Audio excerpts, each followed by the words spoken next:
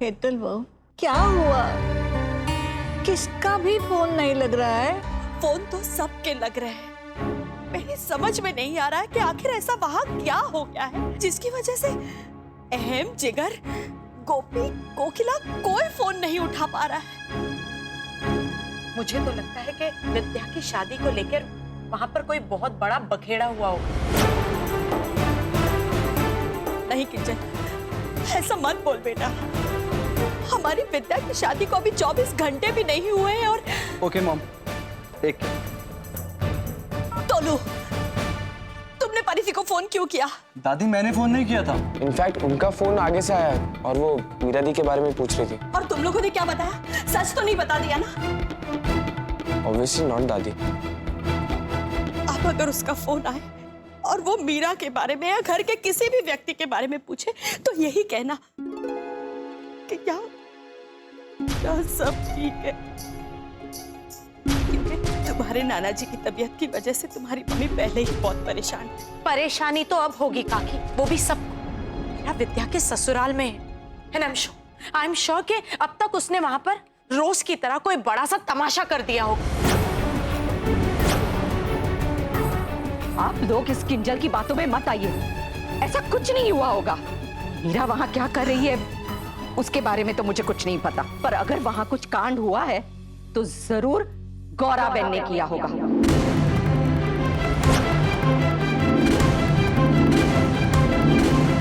पहली बार जब मैं गौरा बहन से मिली मुझे तो तभी से वो विचित्र लगी थी, इसीलिए वहां जरूर अगर कुछ हुआ है तो वो गौरा बहन का रचाया हुआ खेल है। मेरा काम है खेल रचना और दूसरों को अपनी उंगलियों पे नचाना।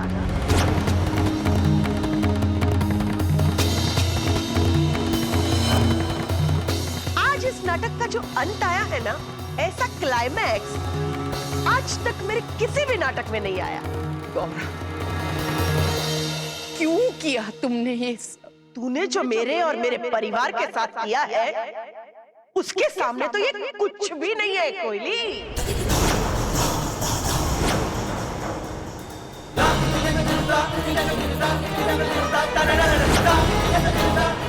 परसों पहले तूने एक रिश्ता ठुकराया, याद है? उसका बदला मैंने एक नहीं दो रिश्ते जोड़ के लिया।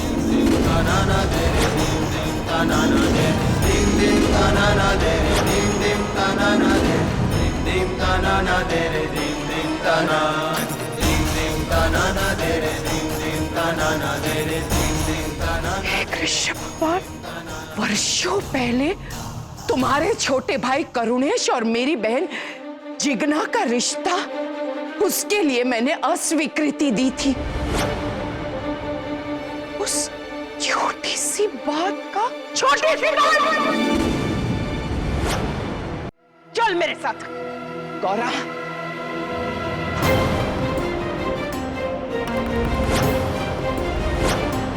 माँ जी को छोड़िए। कहाँ लेकर जा रही है माँ जी को? बाजी, मेरी मॉम का हाथ छोड़ो। देखिए मासी जी, छोड़ दीजिए काकी जी को।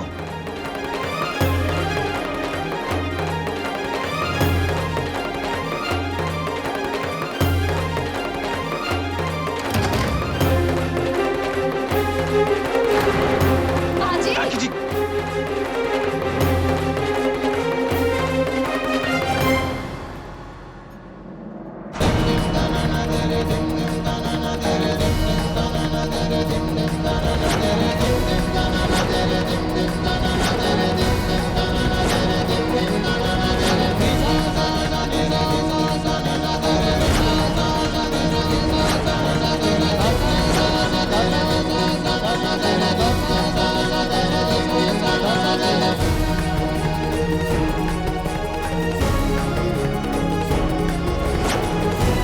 करुणेश,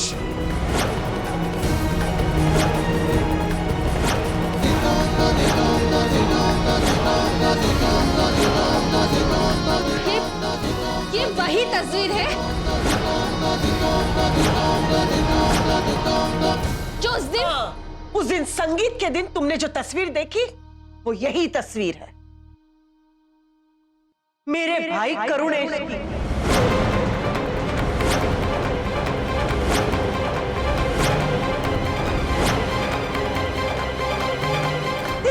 छोटी सी बात ने मेरे करुणेश को मार डाला मेरे करुणेश को।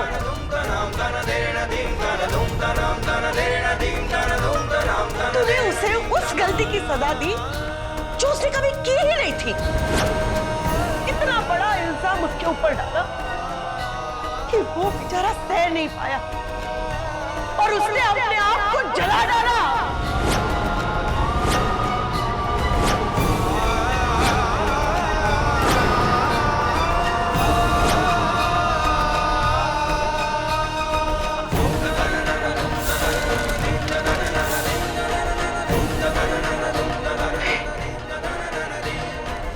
ऐसा नहीं हो सकता। ऐसा ही हुआ है कोकिला।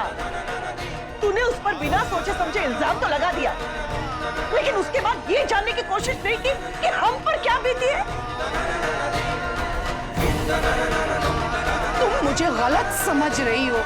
होली के दिन वर्षों पहले मैंने अपनी आंखों से तुम्हारे भाई करुणेश को मेरी बहन जिग्ना का दुपट्टा खींचते हुए देखा और मुझे यही लगा कि वो मेरी बहन की इज्जत के साथ खिलवाड़ कर रहा है। मैंने आंखों से जो देखा उसी पर विश्वास किया। गांव वालों को लगा कि सच में करुणेश ने मेरी बहन की इज्जत के साथ खिलवाड़ किया, इसीलिए ये गांव वालों का निर्णय था कि तुम सबको गांव से बाहर कर देने का।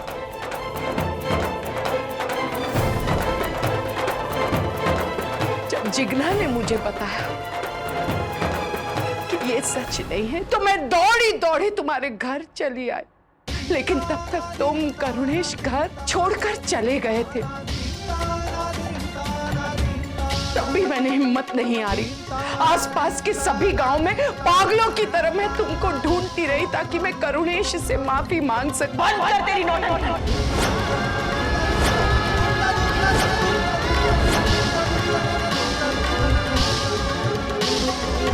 हमें कोई शौक नहीं था गांव छोड़ के जाने का। तुम्हारी वजह से हमें गांव छोड़ के जाना पड़ा। तुमने जो मेरे भाई पे झूठा इल्जाम लगाया, उसकी वजह से गांव वालों ने हमें धक्के मारकर गांव से निकाल दिया।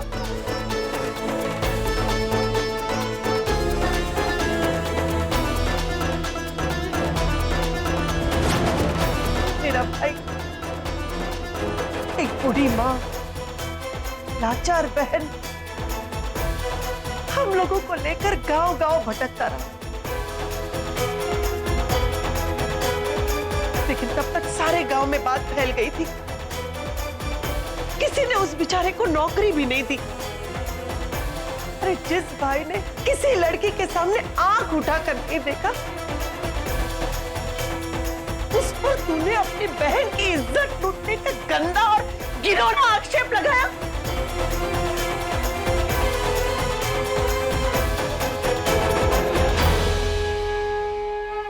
तुम्हारी वजह से मेरा भाई जीते जी मर गया। मेरे बहादुर भाई ने एक कायर की मौत मरने का फैसला कर दिया।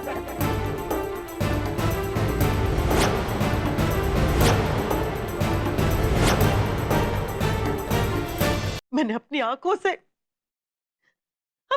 मेरे भाई को आग के लपेटे में जलते हुए देखा है कोयली। चिल्ला रहा था, लेकिन मैं कुछ नहीं कर पाई, कुछ नहीं।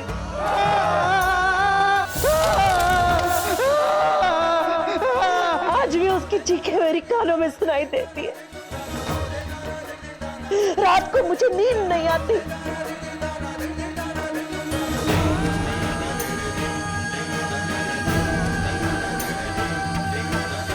सब तुम्हारी वजह से। मुझे जो गलत फहमी उसके लिए मुझे क्षमा कर। मुझे गलत फहमी अवश्य हुई, मैं मानती हूँ, स्वीकारती हूँ, लेकिन मेरा इरादा ये तो कुछ भी नहीं है कोयली। तेरे किए की सजा सिर्फ करुणेश को नहीं मिली, बल्कि मुझे भी भुगतनी पड़ी।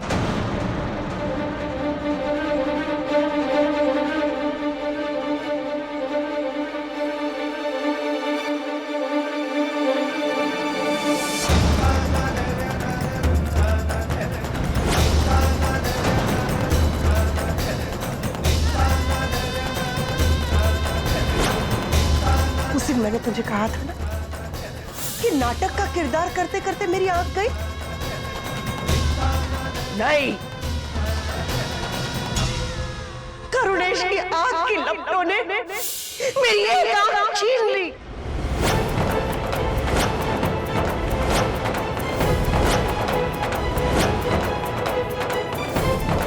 ये लेंस वेंस तो अभी आया, उस जमाने में ये आंख लेके इतने साल रही मैं।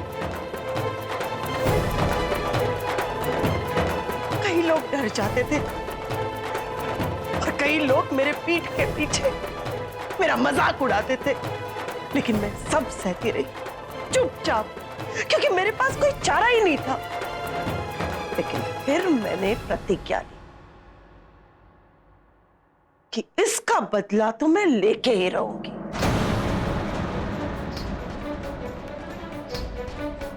करुणेश की चिता के आगे मैंने प्रण लिया था कि तेरे किए का एक एक हिसाब मैं लेके रहूंगी कोयली। मासी जी के फोन पे जिस नंबर से करुणेश मामा का नंबर सेव है, वो नंबर करुणेश मामा का नहीं है। करुणेश मामा जीवित नहीं है। माँ जी, मैं सच कह रही हूँ। माँ जी, मैंने अपनी आंखों से देखा है, करुणेश मामा की तस्वीर में हाथ चढ़ा हुआ है। मैं तुमसे क्या मांग रही हूँ? तुम्हारी जागीर तो नहीं मांग रही हूँ ना, सिर्फ माँ मेरा करने के लिए तो कह रही हूँ।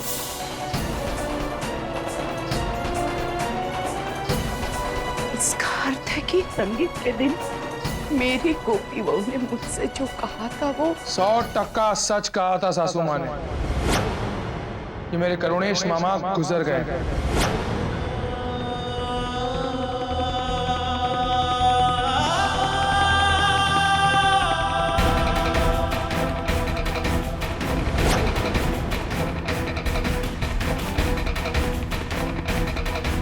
जिसे मैं अपने प्राणों से भी ज्यादा अधिक,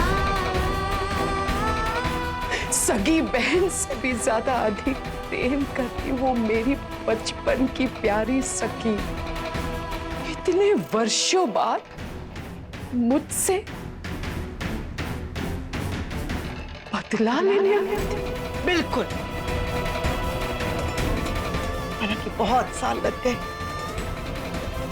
लेकिन कहते हैं ना, सब्र का फल मीठा होता है।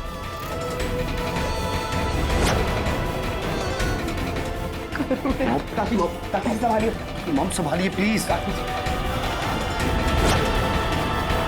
देख, इस कलश को ध्यान से देख।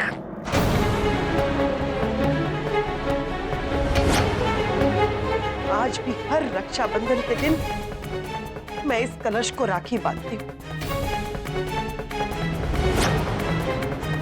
करुणेश इस दुनिया में नहीं है, नहीं, ऐसा नहीं हो सकता। कौन?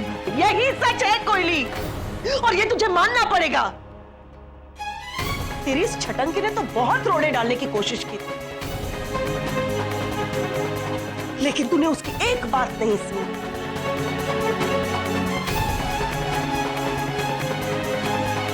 जी जी जी,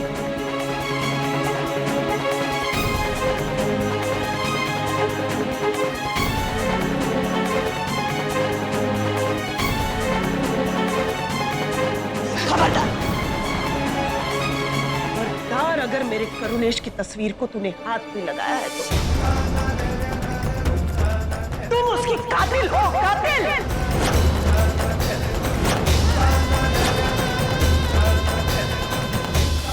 साथ निभाना साथिया। आपके मनोरंजन पर अब नहीं लगेगा कोई ब्रेक। स्टार प्लस के बेहतरीन शोज देखने के लिए लाइक, शेयर और सब्सक्राइब करें स्टार प्लस यूट्यूब पेज को।